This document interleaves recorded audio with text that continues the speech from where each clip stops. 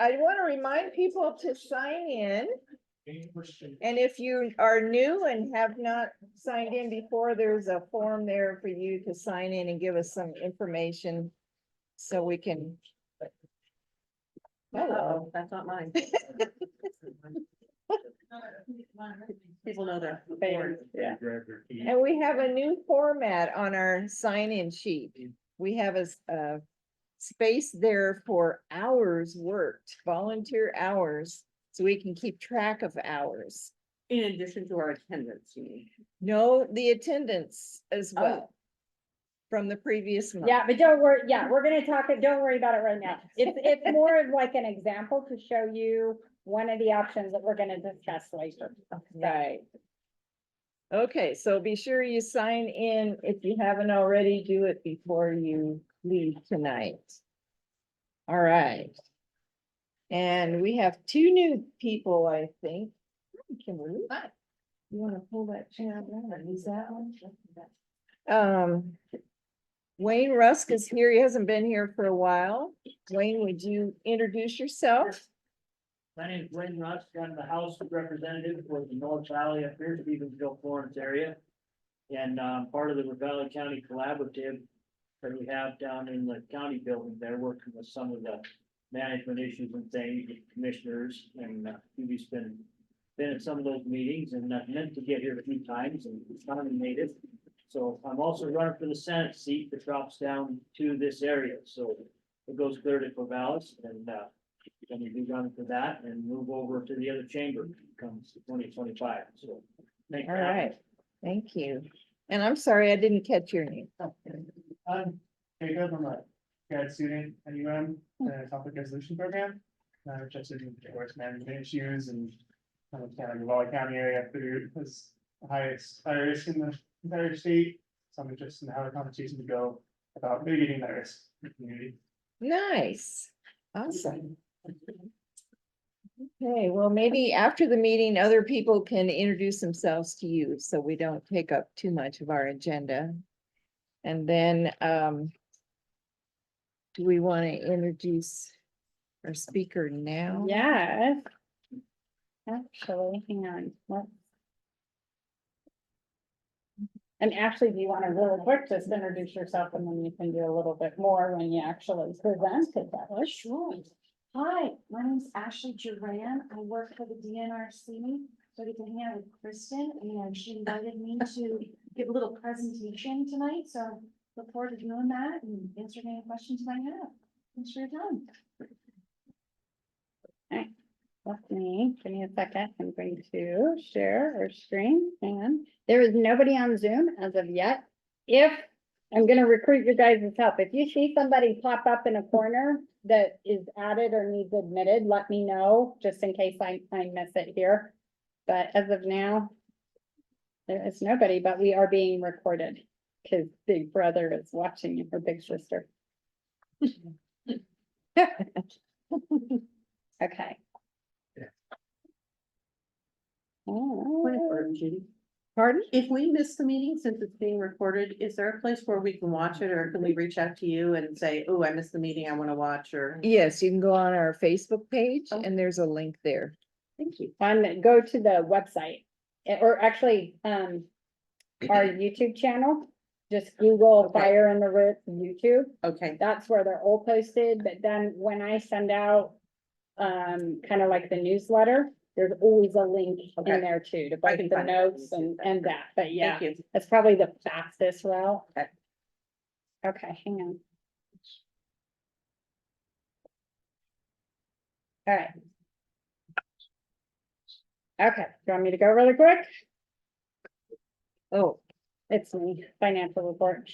yes. Hey, financial report, nothing has changed. We still have $673. The per last meeting's decision, the outreach team will be handling those funds and we will be likely spending it on messaging for the April 6th workshop. We're looking at doing radio, newspaper, messaging there, and then also securing hopefully a videographer to create a really cool video of that. So That's our hope with those funds.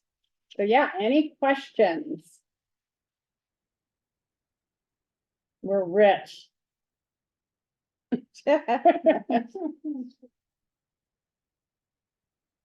Okay. All right, my computer is wigging out a bit. Okay.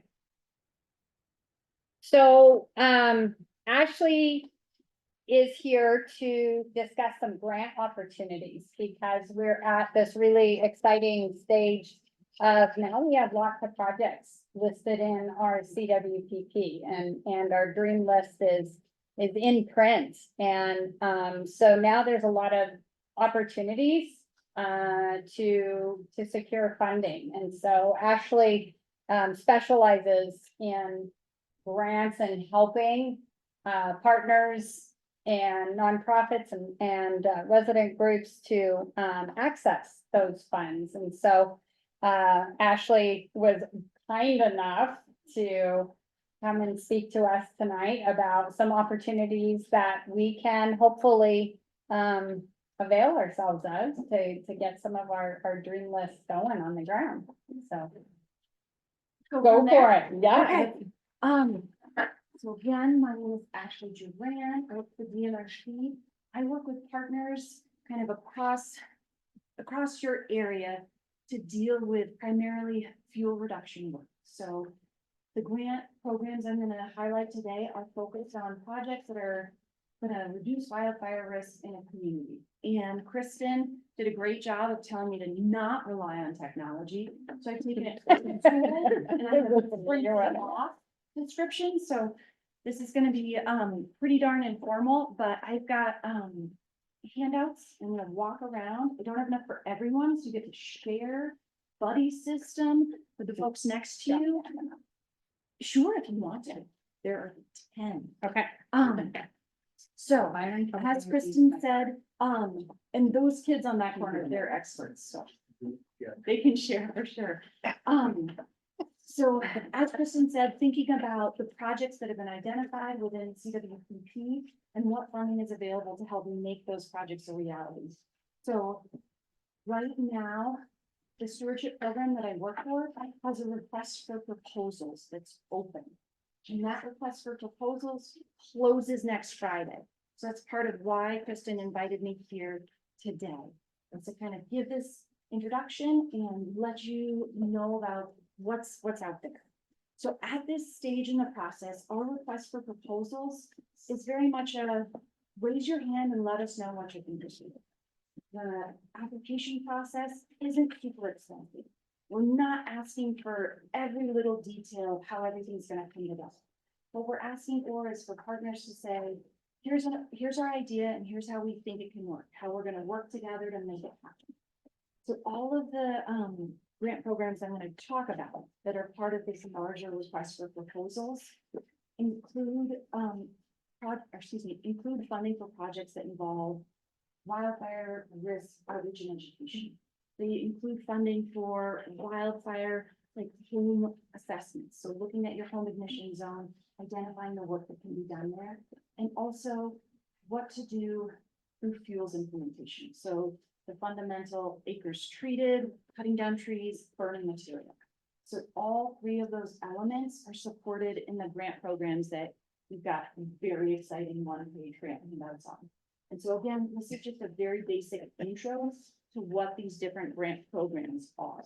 And I'm going to talk about 3 of them quickly, and there'll definitely be time for questions because this is such exciting info. You're going to have questions about it. So the first one is the Wildland Urban Interface Grant Program, which has been around for close to 20 years, and which Bitterroot RC&D has been engaged with since its inception. So they've been able to treat thousands of acres throughout Ravalli County to reduce wildfire risk to communities here. And that grant program is kind of the first page in that awesome handout. And it's for an ask of up to $255,000 to do the type of work that I talked about. Outreach and education, assessments, fuel reduction treatment on the ground. All of these grants require match. And it talks about the different levels of match that are required for each of these grants in this kind of cost share program. This, federal funding source, so if you are a partner and you raise your hand and say, I'm interested in this. This federal funding, it can take a while for that funding to pass from the feds to the states to the partner.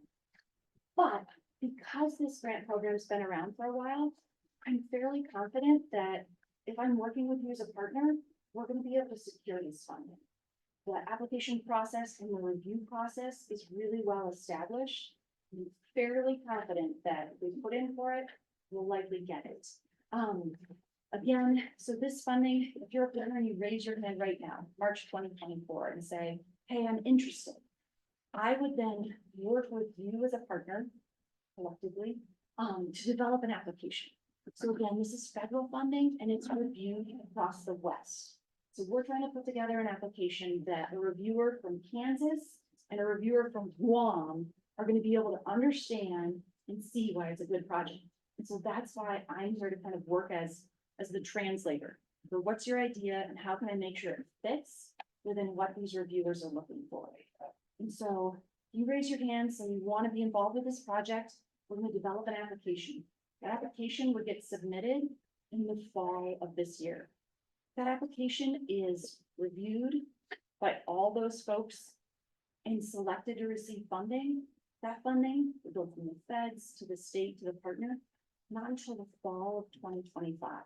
It's a long process, but if it works out, I'm fairly confident that the funding will get secured. The next, again, riveting grant program we're gonna dig into is the Montana Forest Action Plan Grant Program.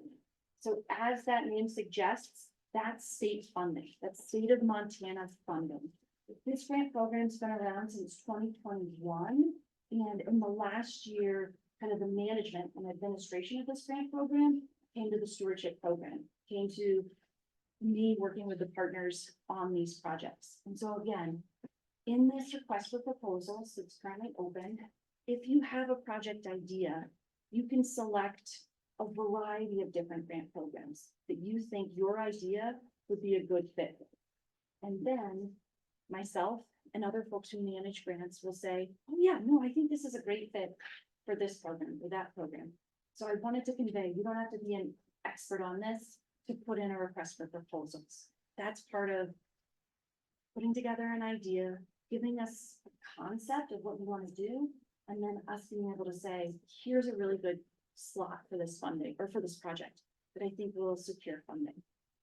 So with this state funding, it supports the same things that we talked about: wildfire risk reduction, outreach and education, assessments, acres treated, and then a couple other categories as well that are included there. This funding, if you're a single partner, you can apply for up to $300,000. If you are working in partnership with a couple different organizations, entities, let's say you are proposing to do work with private landowners, and treatment would also occur on county ground or state ground or federal ground, that would qualify you as a multi-partner project. You'd be able to apply for up to $500,000. Because these are state funds, it's a faster turnaround. So as a partner, if you raise your hand in March of 2024, we'll have an agreement together by fall of 2024. So it's a faster turnaround process, which is helpful. Because these are state funds, I get the fun of reviewing these applications. So when a partner is developing a forest action plan application, they get the application and some technical guidance, but I'm not working with them directly for the same process that I'm going to review. So there's a little bit of separation there. And then the final one we're going to talk about is the Community Wildfire Defense Grant. So that was at the back, that awesome stack of paper. And so the Community Wildfire Defense Grant is another federal funding opportunity.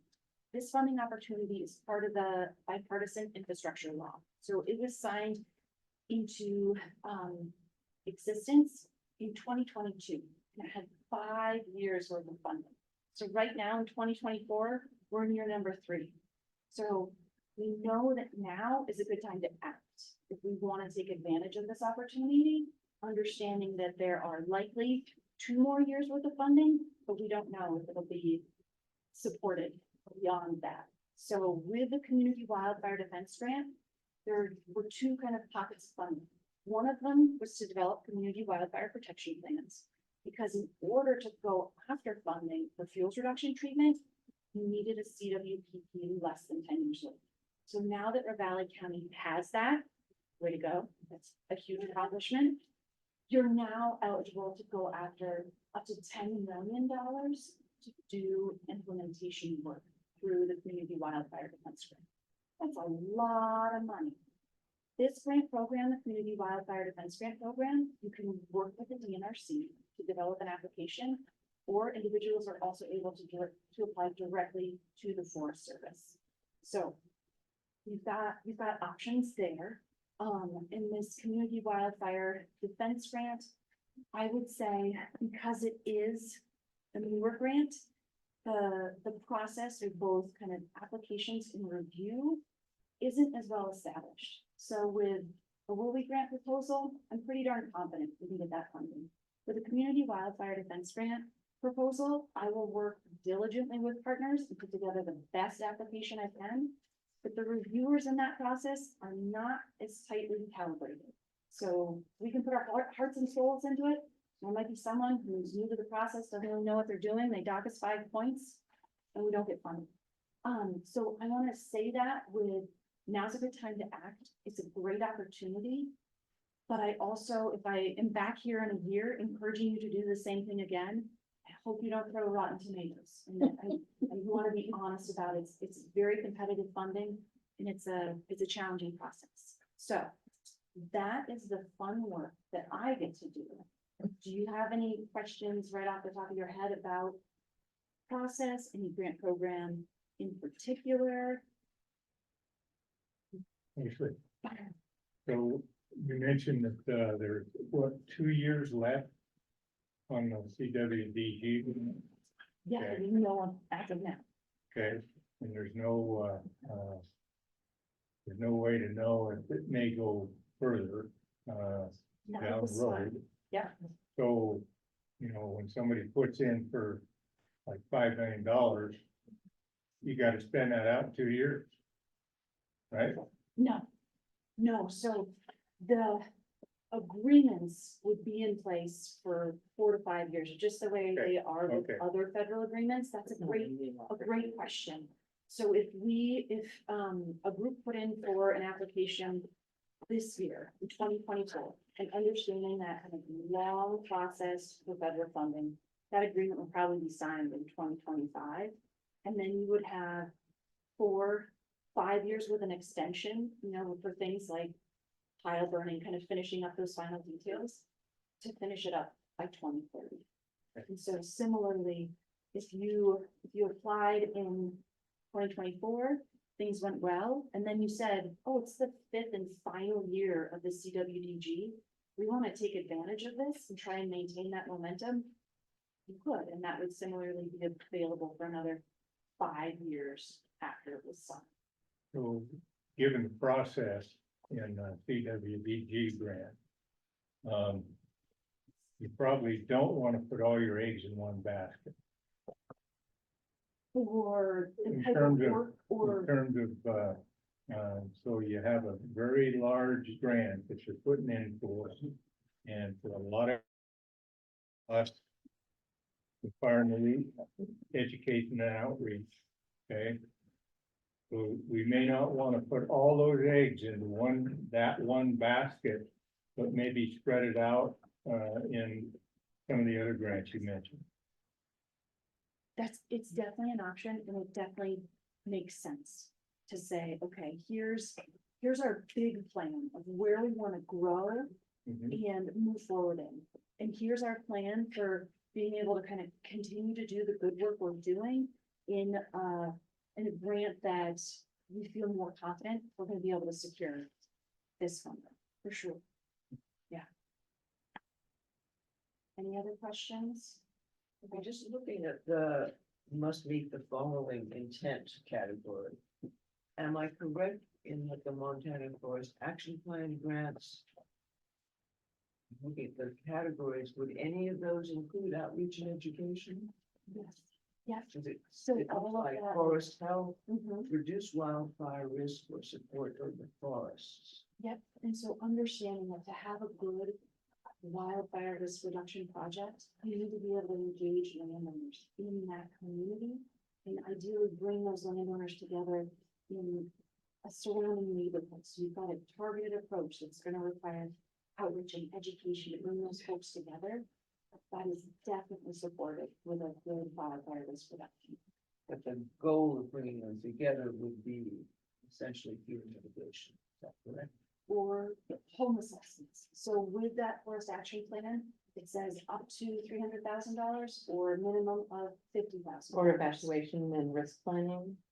I think that, like, when you start to get into planning, it might be a better fit if it also includes other things. So there isn't a grant program that just says, yes, we're gonna support your evacuation planning, but there are funding where if you wanna work with your local emergency managers and develop evacuation planning, and then you wanna prioritize working with the landowners along those evacuation routes to improve them, there's support for things like that. So it's thinking about how all of those pieces come together to lead to So that would be probably multiple partners involved in something like that. potentially, Okay. yes. Great questions. And what can you tell us about the matching? Yeah, because we don't have any, I mean, you know, we're basically a nonprofit. $673.28. But what are the avenues for getting matching funds? Non-certified nonprofits, so to speak. That, so as a non-certified nonprofit, that is a challenge, and that's why it's valuable to work with partners that are able to receive those grant funds. So for match, for projects that involve fuel reduction treatment on landowners' acres, the projects that Bitterroot RC&D has implemented have had a match cost share. So that landowner is getting grant funding and then they're providing cost So share landowner as is part the of that match. Match. For projects that are focused on outreach and education and home assessments, it's identifying, you know, who in that partnership. So if you're doing home assessments, are the individuals doing the assessments volunteers, and that's volunteer time counted as matched towards that, or are they paid employees? It's the same reason that tracking everyone's hours here is similarly something that can go towards match on a grant. So this type of Doesn't work, have to be a hard dollar match, it can be. and similarly, when looking at these kind of opportunities, it is valuable to understand, okay, there's this 4-to-1 ratio of match to grant funding. And when you've got fuel reduction projects as part of that, it is valuable, from my experience, for those landowners to be providing match on those projects. They're actually providing 50%, so that cash. Or if it's a Whatever 75, usually 25, whatever the ratio is, that's fairly established with our grant partners throughout the state, that those landowners are contributing towards those projects. So I'm just looking at a hypothetical. So if they were doing a mitigation that costs $10,000, whether that be an assessment or risk reduction or whatever, then if it was 25% match, theoretically, the landowner could pay $2,500 and the other is funded in other ways. Yes, and so for the type of work that Byron and Josh do, if you had a $10,000 fuel reduction project, then yes, that. But that's a big savings to the landowner in getting something like that done. Okay. $10,000 worth of work for only a payment of Exactly. $2,500. Exactly. Yeah. Okay, I'm just trying to, so But if that can be explained to others. Usually what, that But how can we take advantage of that? Can other groups take advantage of the fact that there's more money coming from the landowners where maybe we wouldn't have a match in some educational program? That makes sense? It does make sense, but it depends, you know, sometimes it's a 50-50 cost share, sometimes it's a 75-25. And so it would be working with your partners to identify, okay, what is that cost share match? What's the requirements for this grant? And then how much of it would come from landowner contribution? How much of it could come from, you know, depending on how that grant was broken up. How much do you need for outreach and education? How can you provide the match for that? How much do you want for fuels reduction? How are you gonna provide the match for that? And whether or not fuels reduction treatment provides additional match that can support some of that outreach and education. But Is if there it did, options? that is a legitimate subsistence strategy. Is there any history of local government, like the River Valley County providing a match? There, I guess the type of match that a county could provide would likely be in having representation that attends meetings like this and having that be part of their match. Having them support a county forester who would come out and help with some assessments. That could be part of the match. So it's often through a county and a county funded position being a part of. In kind as opposed to kind. Exactly. Good questions. Actually, under the Fort Action Plan grant, you mentioned 500,000 or 300,000. You can put in for single is 300. If you're partnering, it's 500. Right? If you're partnering to do work on different types of land, so it's not a partnership between, Kristen has one parcel and I have another parcel. We're Right. both private Right. landowners. Mhm. Yeah. But I guess my question is, so, between Fire and Root and Bitterroot RC&D, we're partnering together, to do a grant. And right now it's a CWDG grant. But we could also partner our two organizations together for $500,000. No, So not unless you're treating, so as I said, like if you're treating private land, county parcels, state parcels, federal parcels. okay, So and this is very hypothetical, but just an example, let's say the county wanted to treat their road right of ways. That would be another partner that could work with you on the Okay. forest action plan grant. And then you would apply for that $500,000 because it'd be different types of land ownership. Okay. Great question. In the light of what Bonnie was saying about maybe applying in different categories. Is it considered acceptable to apply for the same array of projects in different categories at the same time? And then what happens if you get them all? Hypothetically. So what were you thinking about? We've got a couple different partners working together and they're applying for 2 different projects.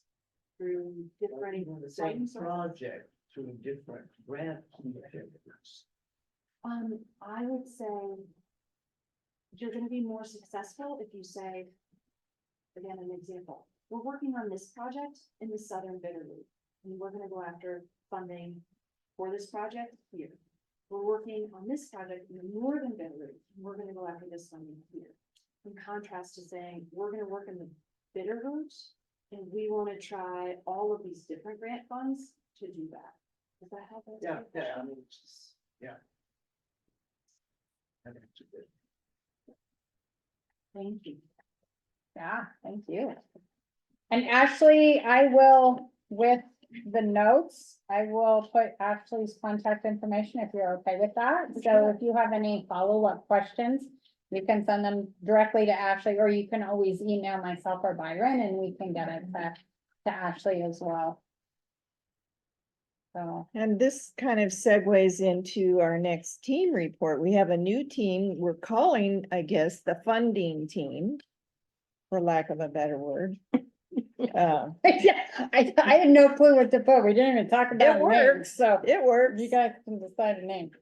So, Kristen, can you give us a report on that? Yeah, so, Ashley came into my office one day and part of the result of that is her presentation here, but we also were discussing funding opportunities for our council and trying to figure out how to get some wheels on the ground and get them funded. And, Ashley had mentioned the possibility of, fire in the rep partnering with those that are currently working on applications for some of these grants. And, we are really lucky that Byron is a master at grant applications and Bitterroot RC&D is in the process of working on a CWDG grant. So that was the last grant that Ashley was talking about.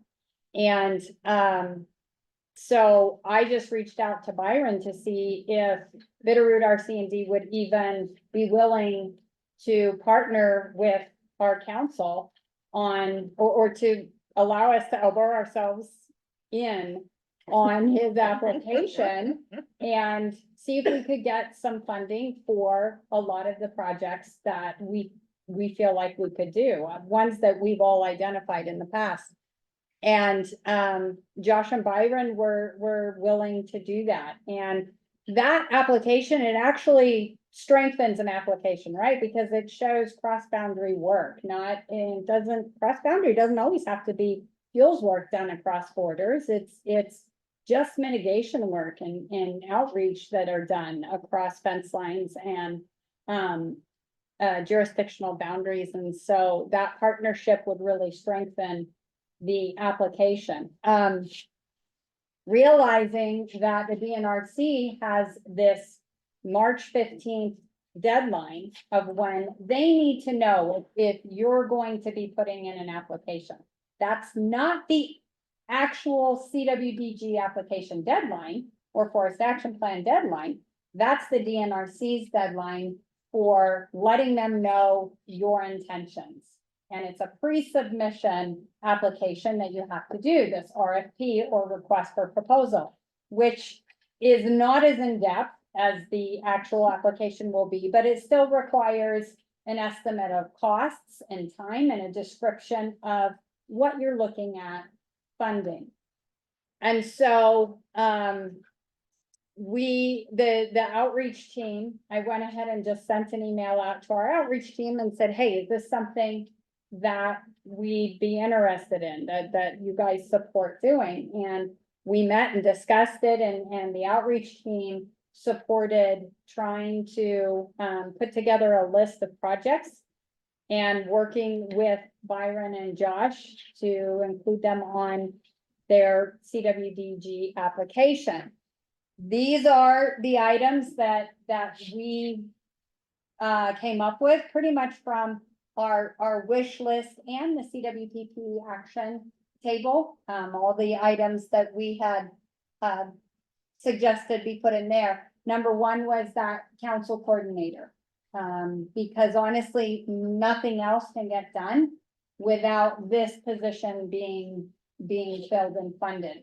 Right now, it is soft funded, it's grant funded, and I pieced together multiple grants to keep it a year-round full-time position.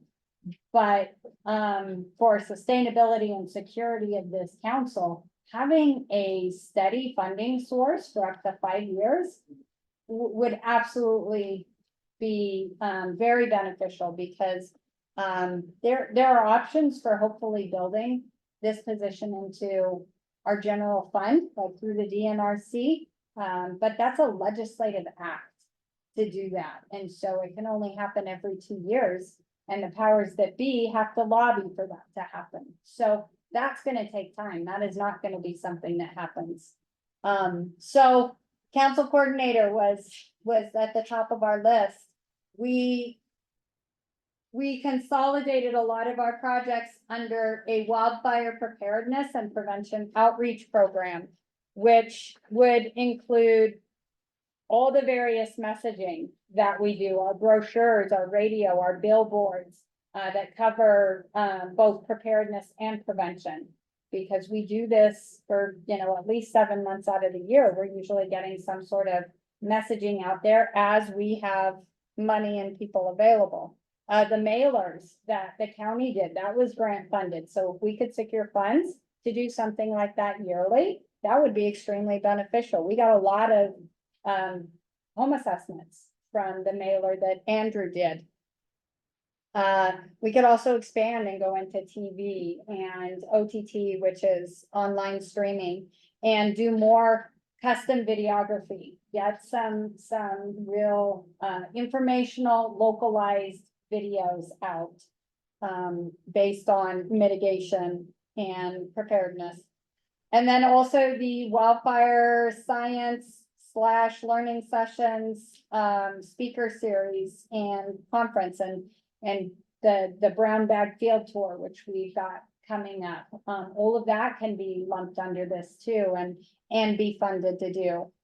And so we included that. And then a home ignition zone mitigation education program, which would our April 6th workshop that we have coming up, that would fall under that. So that's homeowner training in what is the HIZ, as well as, mitigation action, chainsaw training, and also basic prevention, but structure ignition potential training. So our home assessments or wildfire risk assessment training for homeowners / disposal and burning, firewise landscaping.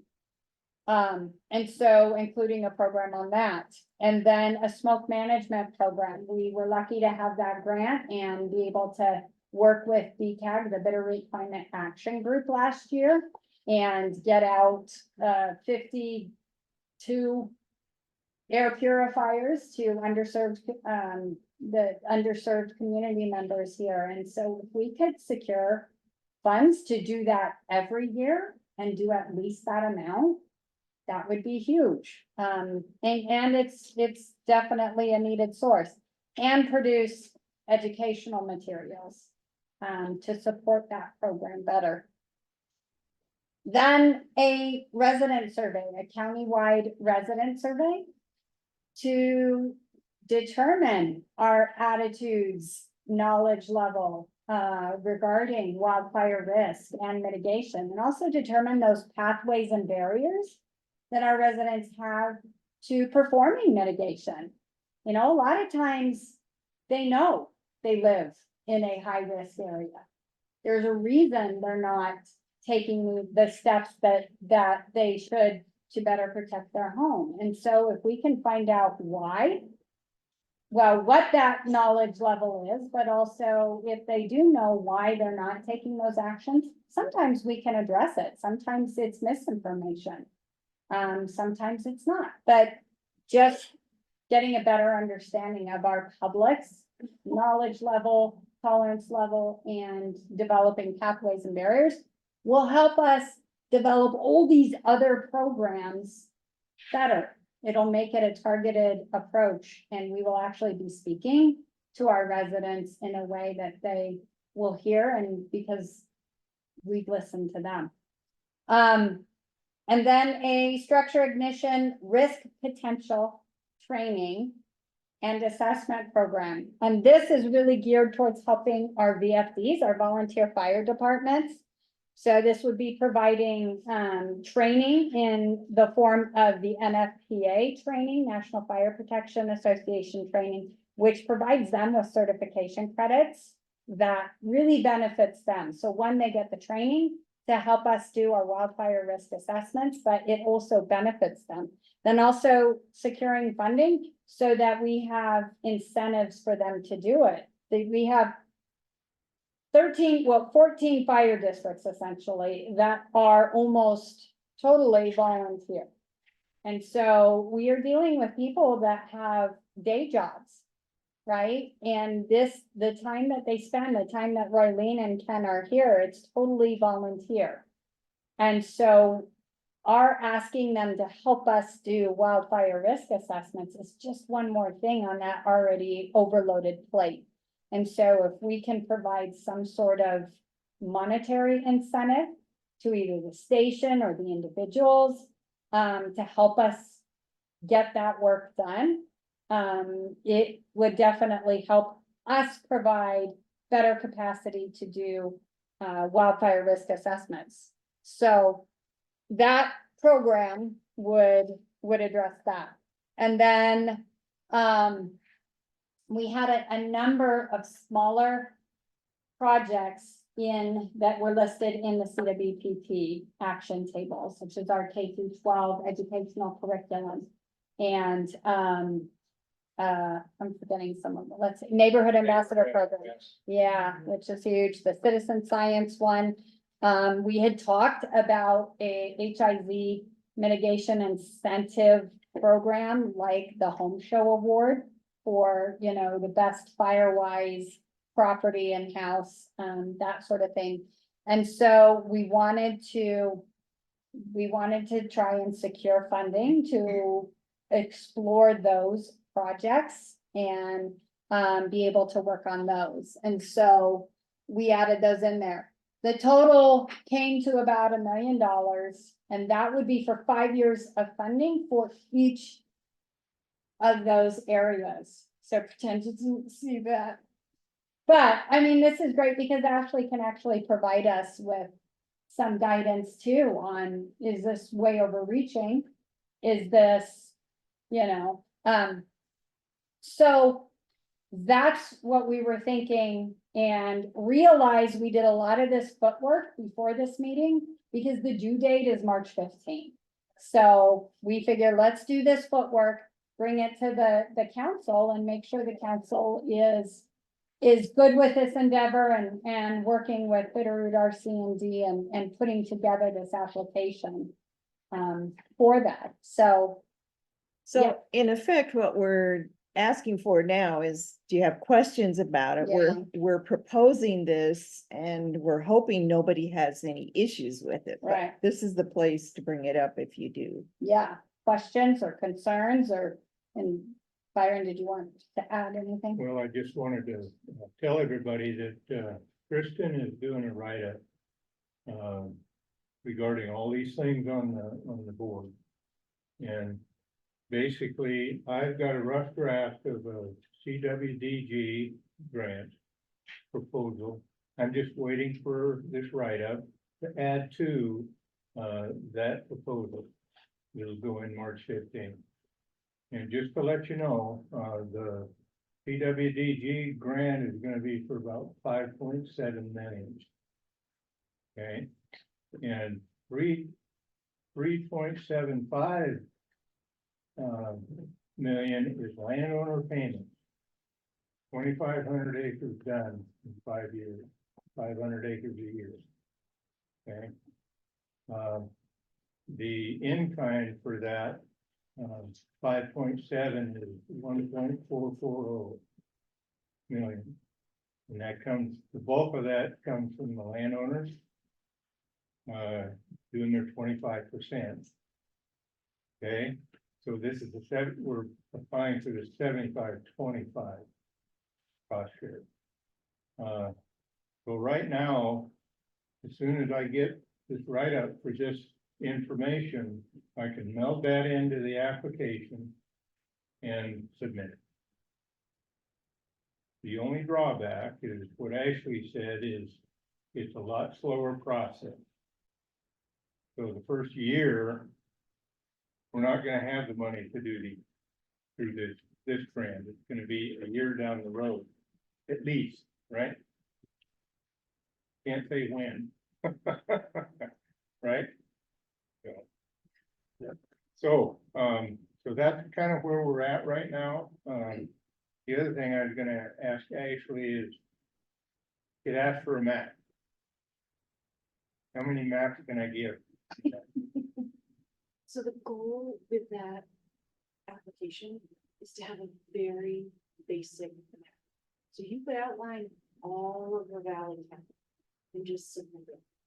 It's very much just a similar to the idea of like, you're raising your hand and saying, this is my project idea. It doesn't need to be dialed down into, we're gonna work in this sub drainage watershed.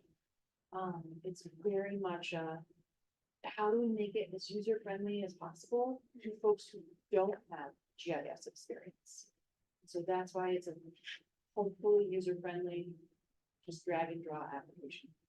In terms of selecting landowners or parcels to be done, is this like a first come, first served thing, or do they need to be deemed in a high risk area? How does that work? Okay, we have an application process. And we have currently for Valley County 50 applications that are unfunded. Oh, okay, so they're already there. They're already there and we accept applications year long. Anytime anybody gets wind of this program, they can apply. And then right now we have those 50 and they cover 16 to 1700 acres right now. So those are 1,700 acres of future projects in those priority areas that are identified in the forest action plan. Okay, so they're all good projects. And they would meet the intent of treating the highest risk lands in this valley. So we will continue to get applications, put it through this process. And we probably get past 3 years, we've probably got 50 applications a year. And lots of acres. And we've been able to fund some of those acres, but not all of them, as I told you. So it's safe to say it's not a problem in getting landowners who want to participate. No, but we need that outreach and education program going so that To keep people the- know. Okay. As you all know, a lot of people moved here from other states. And those other states have seen a lot of fire. And it's amazing to me the number of people from those other states have applied. Just i.e. California, Oregon, Washington. They've all seen active fire seasons the past several years. So anyway, that's kind of where we stand right now. And back to my question to Ashley is putting all our eggs in one basket. You know, what if we took some of these and put them in a forest action plan grant or a Western States grant? Something like that, maybe some of the smaller items. And maybe keep them in the CWDG grant, but to put the process with some of those others, so we could get money coming in faster. Yeah, I just similarly recommend pairing it with treatment on the ground. Okay. Thank you. And yeah, Can we reasonably come up with, let's say it's $1 million, $250,000 over 5 years is, someone do the math. Is that something we can deliver? yeah, we'll have to run the numbers and see, but I bet you with volunteer hours for all of those projects, we probably could, Be close. yeah. I, Be close. so just for context, I guess, our DNRC's Libby unit, so it's similar to the Hamilton unit, was awarded $5 million in CWDG grant funds. And they had it was a fuels program, reduction of hazardous fuels program, because they didn't have a Byron there, with a mitigation crew. And then the Blackfoot Challenge up in the Ovando area was awarded 1.2 million, I think, in CWDG funds. So it adds up. I think that combined with Bitterroot, RCND, I think our hours, we can probably do it. How do you with all of calculate the these. value of a volunteer hour? It's 29 something an 30 hour. something. It's okay. So it's just a They fixed have an a hour. standard rate, Okay. yeah, Like the Blackwood Challenge, you know, raises monthly, for example. yes. Well, theirs is, they do a cost share program similar to Byron's too. Right, And I so know, they- they have yeah. access, they have money in the bank that people. Don't Yes, have, and we yeah. don't really have Yes, that. right, resource. So I right. guess that's, do we have the person power to yeah, do what we would get funded and then do we have it funded? right. Well, and that's, I guess that's another thing we'll need to sit down and make sure it is doable, given all those projects.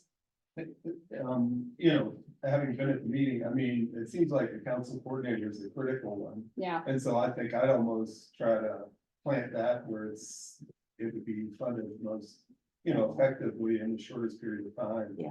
But other than that, just for everybody, that number of $1 million is a pretty lot. Kristen and the crew, Lauren, and everybody else, she has estimates for all those actions. They're actually based on, you know, efforts that They've have already done some of these, so we know how much. yeah, Right. yeah. I So know it's what not, we're off. It's a spending. good estimate. Yeah, It's just a matter of getting it done. yeah, yeah. Yeah, that's a good thought with the coordinator, but yeah, Yeah, could that be something that we go for state funds, because then we could get it earlier? well, we tried actually Oh. to before and didn't, but the problem is the coordinator doesn't coordinate the fuels work. The coordinator coordinates the council, which does outreach that includes outreach for, private property mitigation. So, it's part of it, but it's not planned to, it's not as tied together, I think, so that might be hard. The fourth action plan is pretty, is pretty output and items cut, in my experience. Ashley can't speak that way, but I can maybe, but it's pretty focused on output like that, and so I think we would have a hard, even though we get the funds faster, I think we'd have a harder time getting it funded. The CWDG is very pro capacity, filling in gaps with or funding people to do the work too. And so that's where it's like, that it's the better chance to get it funded. It just won't be fast. But we do have funding for about a year, and we've had a lapse in paying anybody right now because of the vacancy. So it'll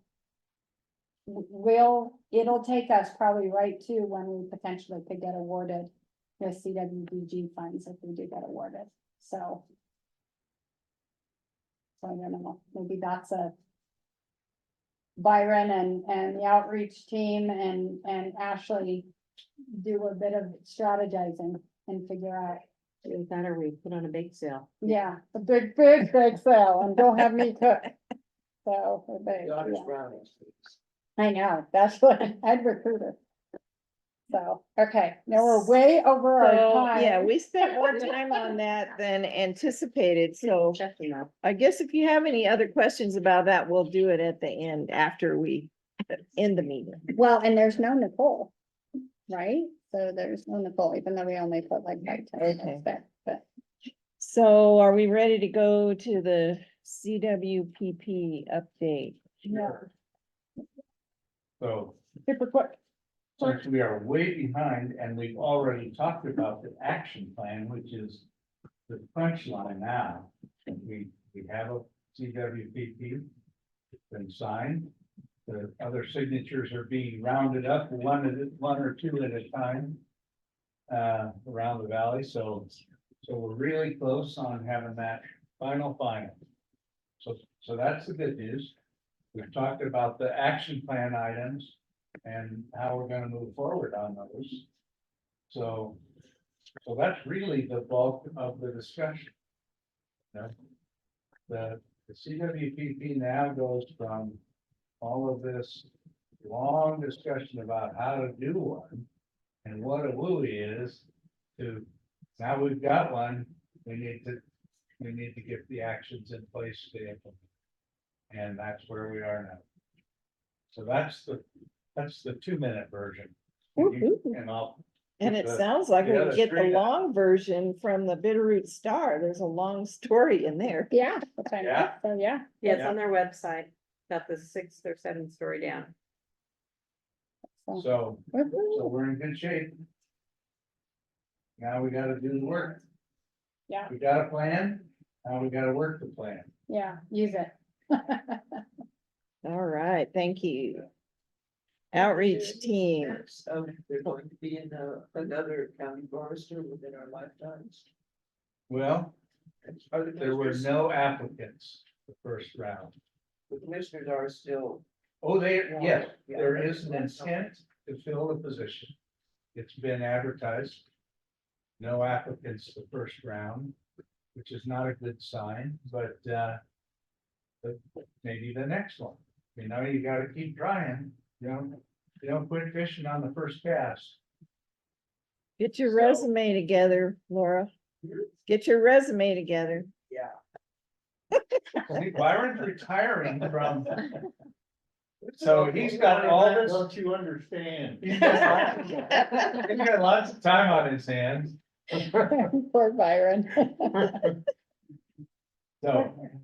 Yes, the intent is to have another county court. That was the initial person in a lot. That's the same. Okay, are we ready for the outreach team report? That's a lot to live here, let's put it. Yeah, we have, the DNRC has been flying a forester position for a while, and we've had a hard time recruiting any, so it's just, it's tough. And Missoula, it's been tough to recruit for a lot of positions as well, so housing is a big issue, but we'll get someone. Okay, so outreach, I'm gonna do this super fast. We covered our CWDG application with Bitterroot RC&D. That's gonna be a huge workload just here in the short term. We have the reduced smoke debris burning workshop coming up April 6th at Victor. We are hoping to have Ravalli County Collaborative support. I don't, is that been firmed and confirmed, or is that? I haven't heard an update on it, but that was the intent, and I think that, I'm going to be able to do that, so. Ooh, well, that will be awesome. So the Ravalli County Collaborative is hoping to contribute about $4,000, which will provide awesome messaging. Messaging is really expensive, so radio and newspaper, and then videographer, getting a professional videographer to create multiple videos from this. So that will be So really we can beneficial. capture it Yes. and reuse it. Reuse it. So, and I printed up a whole bunch of flyers back there. Please take them, pass them out. Now, I would love to, if you guys, if the RCC wants it, I'd love to include you on the flyers. I did not because I didn't want to without your approval or input. So you guys just let us know and your name will be on that. And if you have a logo, I can put that on there as well. I'll check into that tomorrow. for you. Okay. that And would be could I awesome. just ask a quick question? You've heard what that's all about. How many people in the room are planning to attend on April 6th?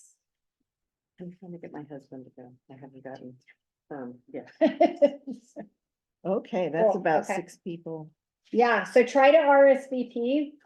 We'll make sure to have lunches. But try to RSVP too, because we are gonna be here. There's a cap of 90, so we just also want to make sure that we make alternative planning if we're gonna go beyond that, but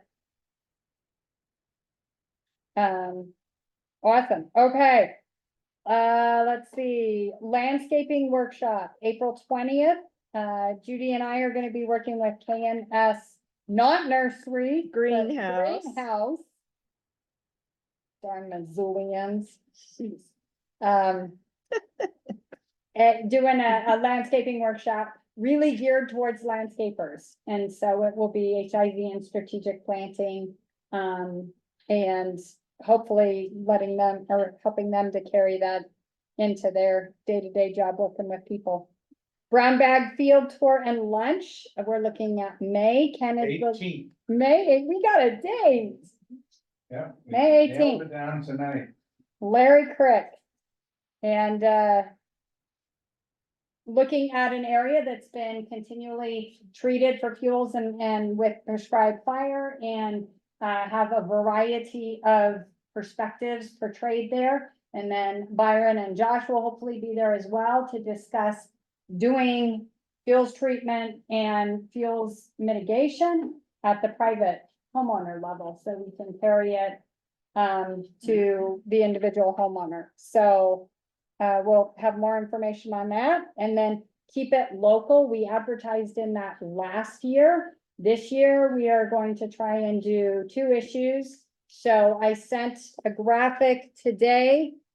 I am just having a hard time getting a response. This is the graphic I did up. This Yeti came from a high school student at Stevensville.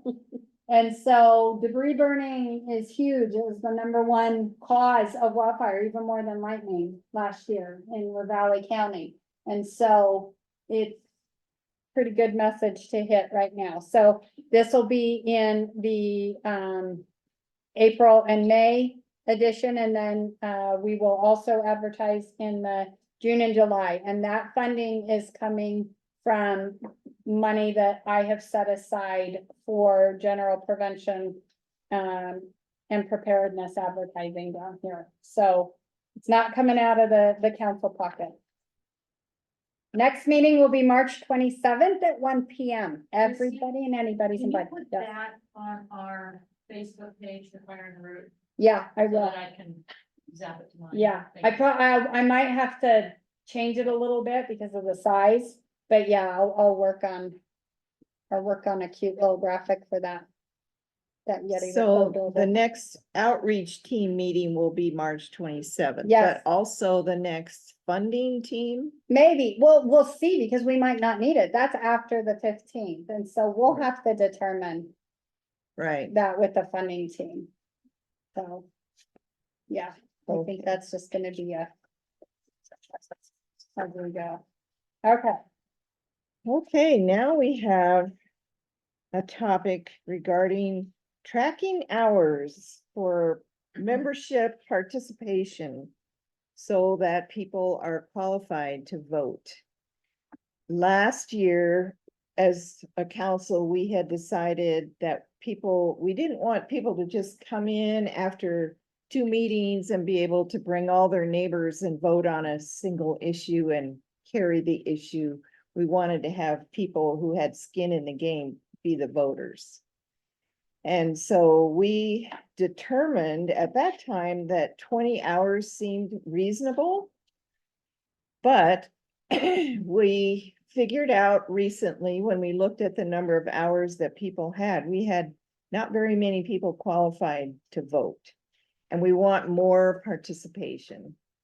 So we asked at the end of last meeting for ideas on what reduced number of volunteer hours made sense. and how to track it, because one of the issues also was that hours were being done and completed, but not being adequately tracked. Right, Right. so especially if it wasn't as part of a formal team meeting or something. So we have 2 things, so it's tracking hours, how do we do that? And then our membership requirements, what's a reasonable amount for what do you have to do to be a member and be a voting member? Right. So, So on our new sign-in sheet, it looks like this with a new column that says hours for the previous month. And I like the idea of everybody tracking their own hours and putting it on their sign-in sheet so that you get credit for everything you think you did, not what we're guessing that you did.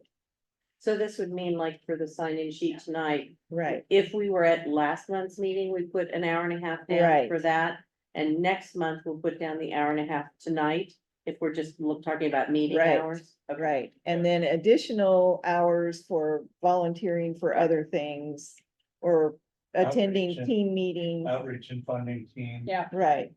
Or if you represent us on like the RCC, like Mike often will provide report outs for both and in his various, so he could count that time for that, and so it's doing stuff like that, and listening to Ashley, right, now we know why it's really critical that we track all of our volunteer hours. I actually did some research on this and talked to some of the other fire safe councils in Montana. And they don't track their volunteer hours. And I was actually really surprised at that, but they don't, and so they didn't have a really good tracking method, but. I talked to a number of other individuals that have worked with a variety of groups. And this was the number one way that they did it. They said, how you have those that either send out a form monthly. Or you have them when they sign in for the meeting, put their hours that they worked. Because as we found last month, Kristen came up with the hours she thought everybody had done, but we missed some Yeah, because we were not self-reporting. So I think it's fair. That would be my recommendation, is that we each self-report every month. And what I have done for myself, because I'm on a couple of teams, I made a note in my calendar with a monthly reminder to track my hours at the end of the month. So I go back to my calendar and look at which days I had meetings and put the number of hours down, and then I estimate how much time I spent in preparation for it. What else, Kristen, did you say we should be tracking? Do I get to count my county commissioner meeting hours? well, no, well, if you were representing Fire in the Red, yes, but you weren't. No, but if you're representing Fire in the Red, like, yes, and you can track, you can include your mileage. You can include time spent on phone calls, or that you're working on doodles for a graphic, right? Like all of that Home assessments. counts, definitely home assessment, Home assessments Right. also for the volunteer fire Yeah. department members count as hours, service hours. So- Right. So they're. double Yeah, benefit. good idea. And there's just no way that the team leader of each of these teams can know what everybody's doing. Yeah, and that was an option too, is that the council team and or event leaders, whoever's in charge of whatever's going on, tracks all those hours, but. And that's an option, and we can choose that too. It just is difficult, and I'm speaking as a team leader, as the outreach team leader. I don't know all of the background work that Judy's been doing, so I've just been counting the hours that you're in the meeting with me, that I know she's doing a ton more. So that's where self-reporting helps provide probably a truer picture of what you're doing. We could also just have a form that, we send out. Byron has a form that they fill out for their work, but maybe it's a form that's filled out monthly or quarterly, whatever. So, but yeah, we need a better method, so. Comments? Do we need to do a formal vote on this? Is there, I really like the form idea that we just have them and keep track of them, because, for example, if you don't come to next month's meeting. yeah, How do you report that you were? you can stick it on there. You can, you could just write in, I would suggest you just say February or January and February hours equals blank. But we can also do the form too. Yeah, we As I can say, make that column a little bit bigger, so you could put more in there if you wanted Yeah. to That's a good explain. idea, Because it's not hard. Not everybody goes to every meeting, so. Right, Right, I'll throw this out. I'm happy to make the Qualtrics form for everybody, so they could access that electronically. It's like a survey, it's like a doodle poll. Put their name in, and then they could just choose a drop down box. 2 seconds at best, 2 hours for the month of whatever, and then that system can kind of record that and track that and send that your way. We can do that in Google Forms in our Google Drive, like that way it's within our own system. So I can do that too. And then, so do a Google form. What happens is it's a survey essentially. So I send you a link, you click on it, fill out enter in your monthly hours, and then it automatically populates in a spreadsheet. So we could do that That makes it as well. less trouble than somebody tallying these hours and recording them. Yeah, Because somebody's got to compile all that, yes, Yeah. and There- that's not yeah. the best use of the coordinator's time, and it's certainly not the best use of your time. there will be compiling no matter what. But Google form doesn't compile it. no, well, it does only for that one submission. So if we have you do it each month, you're gonna have 12, there's gonna be 12 10 brewers Got it. that we consolidate, but it still would be easier probably. Yeah. Than inputting that. And Qualtrics will do it automatically, as I set it up that way. Okay, well, I'll let you do the work if you want to. Well, and That it's is- easy, and that, the only thing that we've noticed with Google Forms is that if you don't have a Gmail account or not affiliated with. It's Google, harder to sometimes do it's those. harder to Yeah. get in, Yeah, so that whereas like the Qualtrics is a university link, so they just be able to universally. Get on it, and then, and whenever. it will and just we stay could have open. access to that output. What do you guys think? Do you like that better than the sign-in form?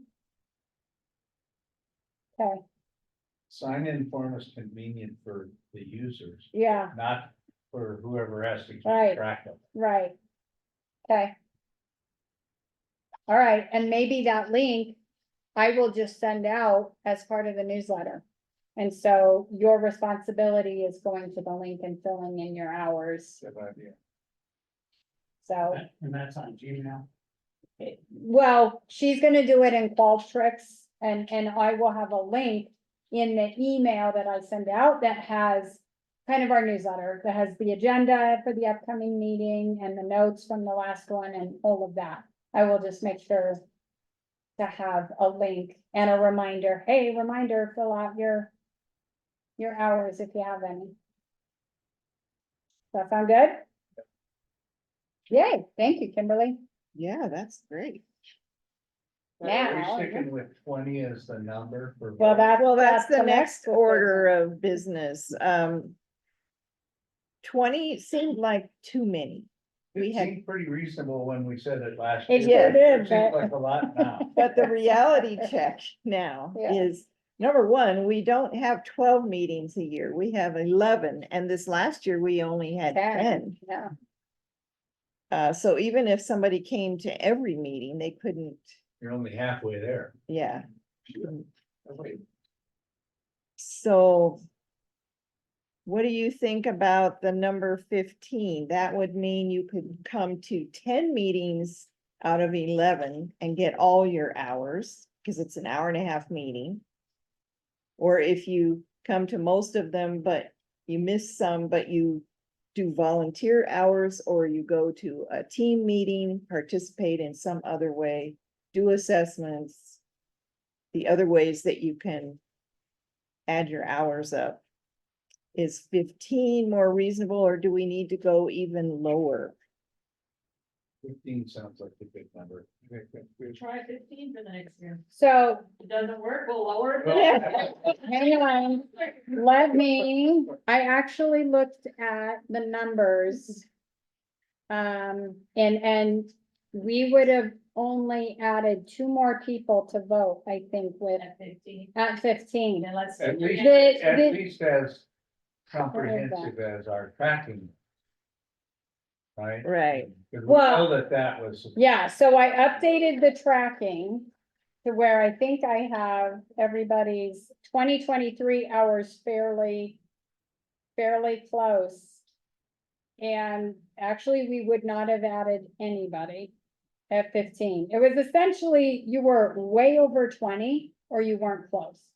Let's go down to 10 then. And the 10.5 would have added 2 people. And remember, government individuals are not included in this because we don't vote. Oh, yeah, that's And the other so- thing we and that- need to yeah. point out is federal, state and county people do not vote. Right, We just don't have a lot of, it's not a very big pool to pick from. right. When we take all the agency people out. Yes, right, yeah, So we're never gonna get a huge amount. no.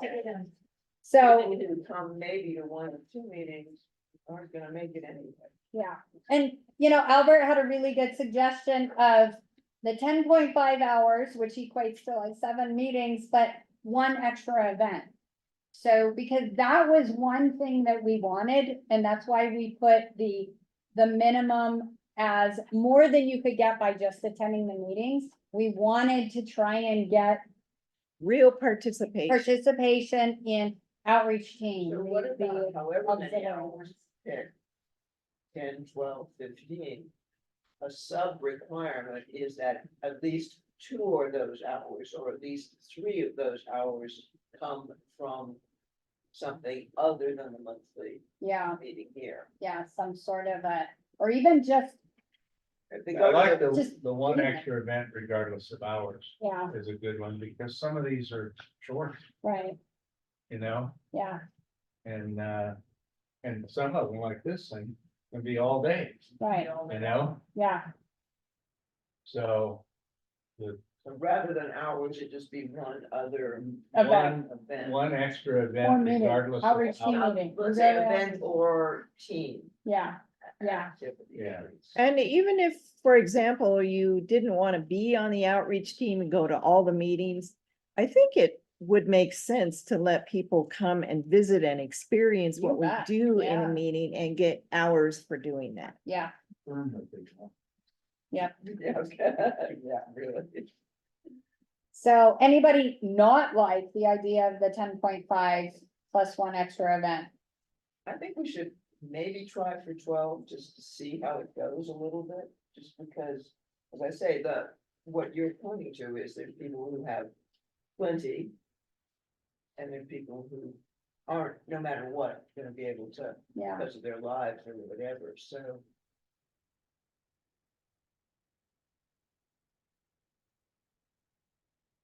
now we need Robert's rules, I can hear Jeff saying. Well, right I- now. I like- Fine. I don't Do know I that have we a need, motion? I don't know that we need Robert's rules yet, but we can still have some comments. The whole back row has not said anything yet.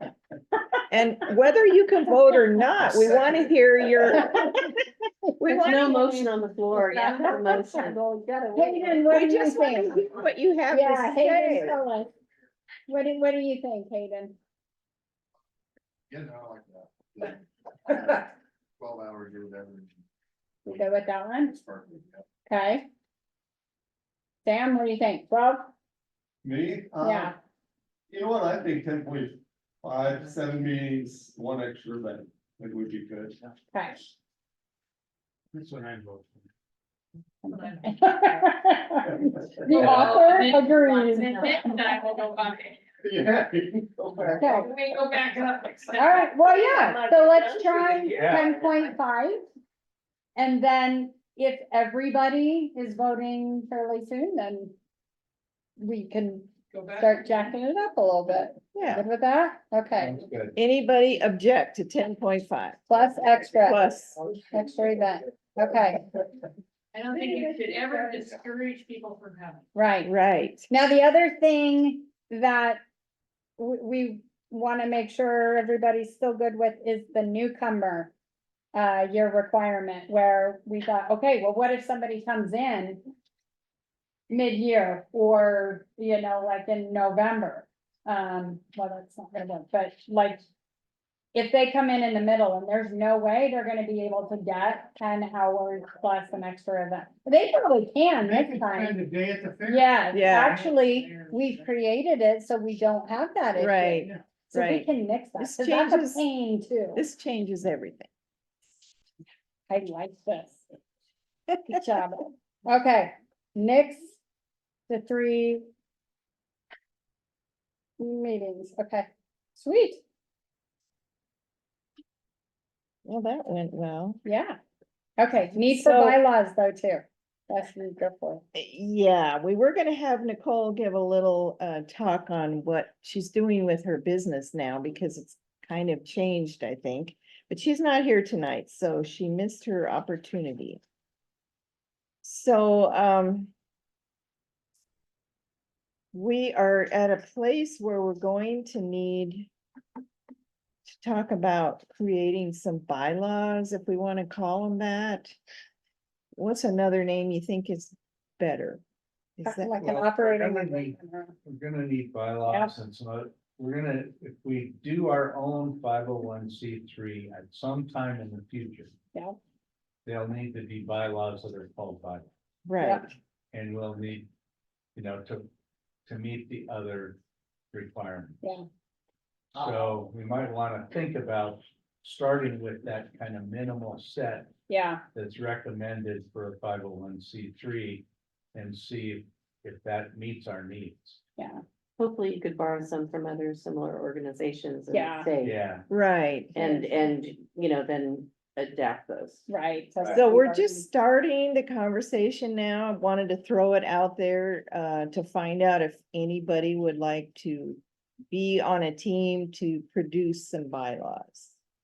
It might be somebody's real jam. We just need to know that.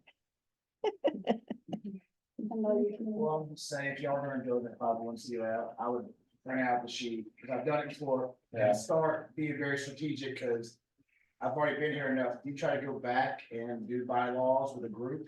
Because I've done it and it's horrible and Ah, okay. starting at 501, so you wanna like. be So very- do it like we are working toward the Go 501c3. through it.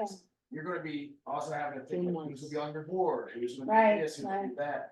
And you need to be very strategic, because every nonprofit I've ever worked with that Yeah. has not done it, it's been horrible. So Yeah. it's just, really, It's a good really point. hard. and it can be really Exactly. great if you like are very, very like deliberate in your approach. Yeah, And then everything you think about will really kind of make sense. You don't repeat it. Yeah. And those are already, yeah, yeah. they're ready to go. You There just have is to a find it. state 501c, it's not the feds, but it works just as well online that you can print out and start working from. 'Cause Yeah. That's what we did for VCAG. We Okay. just printed out what the state had and then, Keep those. adjusted it. As a minimum additional ones that you need. Well, yeah, you keep it simple, because you can always have your own stuff within your organization. You can add to it. But you're gonna get audited, so they're going to look to see why we are not paying taxes, right? So Mhm. you just gotta know that, do the minimum for your organization, then we can do whatever we want, that's grander. You have to hit those minimums to get that, Yeah. Well, we've avoided the 501c3 just because we don't want it to be, we haven't wanted to be that structure. We weren't ready to have a board in place, right, which is a requirement of it. We didn't want to have to draw up a charter and bylaws from the very beginning because we are a very action-oriented group, and it was very apparent that we needed to get some work going, and then on the back end, we would start working on the 501c3. Does that make sense? Oh, it And does. so now we're coming around to where I think we're starting to get, we're ready to become more organized, or if so, you never wanna be that organized and have a board, then you have to have those partners, so, I mean, you Yeah. have a great partner now. yeah, Or there's maybe even other nonprofits, but it's just a decision we all have to make, right? yeah, Boards can be great, right? But they can also be yeah, a ward, right. so. Yeah. So we will be talking about that more in the future, and the other thing we should talk about in the future is term limits for the co-chair position. You cannot retire. I know. It is a That's- lifetime position. You are indentured forever. We don't want, I'm old, I won't live that long. Don't keep your going. that is, I think the key is we don't want somebody to feel like they are obligated forever and ever. We want, and if we had a limit, like I would always push that it's an option for the person to stay on if they wanted to, so that Judy could stay on in perpetuity, because that's what we would like.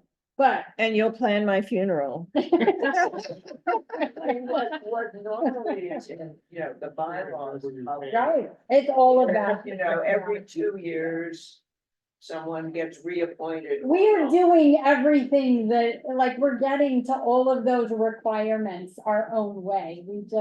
We have to do it our way. Well, everybody We're was, I good. think, I mean, but, Yeah. you know, like, everybody was so tired of meetings about how Yes. in the world we were gonna have a structure that the thought of having more meetings. Right, that's it. We were Was- like, we couldn't Right. do that. Yep. but we So know one, that- one way to think about it is my husband just finished his 9-year term on the board of directors at the hospital.